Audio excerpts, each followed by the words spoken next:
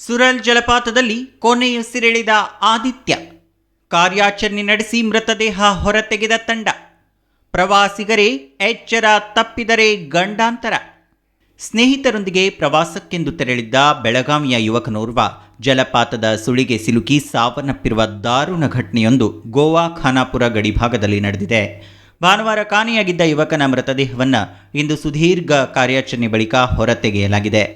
ಗೋವಾದ ಸತ್ರಿ ತಾಲೂಕಿನ ಠಾಣೆ ಗ್ರಾಮ ಪಂಚಾಯತ್ ವ್ಯಾಪ್ತಿಯ ಖಾನಾಪುರ ತಾಲೂಕಿನ ಗಡಿಗೆ ಹೊಂದಿಕೊಂಡಿರುವ ಪ್ರಸಿದ್ಧ ಸುರಲ್ ಜಲಪಾತಕ್ಕೆ ಸ್ನೇಹಿತರೊಂದಿಗೆ ಪಿಕ್ನಿಕ್ ಪ್ರವಾಸಕ್ಕೆ ಬಂದಿದ್ದ ಬೆಳಗಾವಿಯ 20 ವರ್ಷದ ಯುವಕ ಆದಿತ್ಯ ದೀಪಕ್ ಕುಮಾರ್ ಸತ್ಪತಿ ನೀರಿನ ಆಳದ ಅಂದಾಜು ಸಿಗದೆ ಮುಳುಗಿ ಮೃತಪಟ್ಟಿದ್ದಾನೆ. ಮೂಲತಃ ಒಡಿಶಾದವರಾದ ಇವರ ಕುಟುಂಬ ಪ್ರಸ್ತುತ ಬೆಳಗಾವಿಯಲ್ಲಿ ವಾಸವಿದ್ದು ತಂದೆ ದೀಪಕ್ ಕುಮಾರ್ ನಿವೃತ್ತ ನೌಕಾದಳ ಅಧಿಕಾರಿಯಾಗಿದ್ದಾರೆ.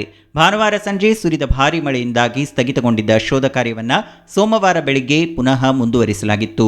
ಈ ಹಿನ್ನೆಲೆಯಲ್ಲಿ ಬೆಳಗಾವಿಯ ಪ್ರಮುಖ ಸಮಾಜ ಸೇವಕ ಹಾಗೂ ರಕ್ಷಣಾ ತಂಡವಾದ ಸೋಷಿಯಲ್ ವರ್ಕರ್ ರೆಸ್ಕ್ಯೂ ಟೀಮ್ ಕಾರ್ಯಾಚರಣೆಗೆ ಧುಮುಕಿತು. ತಂಡದ ಸದಸ್ಯರಾದ ಅವಧೂತ್ ತುಡ್ವೇಕರ್, ಪದ್ಮಪ್ರಸಾದ್ ಹೂಲಿ, ವಿಕ್ಕಿ ಮೆಹ್ತಾ, ಶುಭಂ ಹೂಲಿ, ಮೈಕಲ್ ಪಿಂಟೋ, ರೋಷನ್ ತಾನಾವಡೆ ಹಾಗೂ ಆಕಾಶ್ ಅವರು ವಾಲ್ಹೈ ಪೊಲೀಸ್ ಸಿಬ್ಬಂದಿ ಹಾಗೂ ಅಗ್ನಿಶಾಮಕ ದಳದೊಂದಿಗೆ ಜಂಟಿಯಾಗಿ ಶ್ರಮಿಸಿ ಜಲಪಾತದ ಸುಳಿಯಿಂದ ಮೃತದೇಹವನ್ನು ಯಶಸ್ವಿಯಾಗಿ ಹೊರತೆಗೆದಿದ್ದಾರೆ. ಮಾದಾಯಿ ಅಭಯಾರಣ್ಯದ ನಿಯಮಗಳನ್ನು ಮೀರಿ ಪ್ರವಾಸಿಗರು ಜಲಪಾತಗಳಿಗೆ ಲಗ್ಗೆ ಇಡುತ್ತಿದ್ದು, ಇಂತಹ ಅಪಾಯಕಾರಿ ಸ್ಥಳಗಳಲ್ಲಿ ಎಚ್ಚರಿಕೆ ವಹಿಸುವಂತೆ ಅರಣ್ಯ ಇಲಾಖೆ ಕಟ್ಟುನಿಟ್ಟಿನ ಆದೇಶ ನೀಡಿದೆ.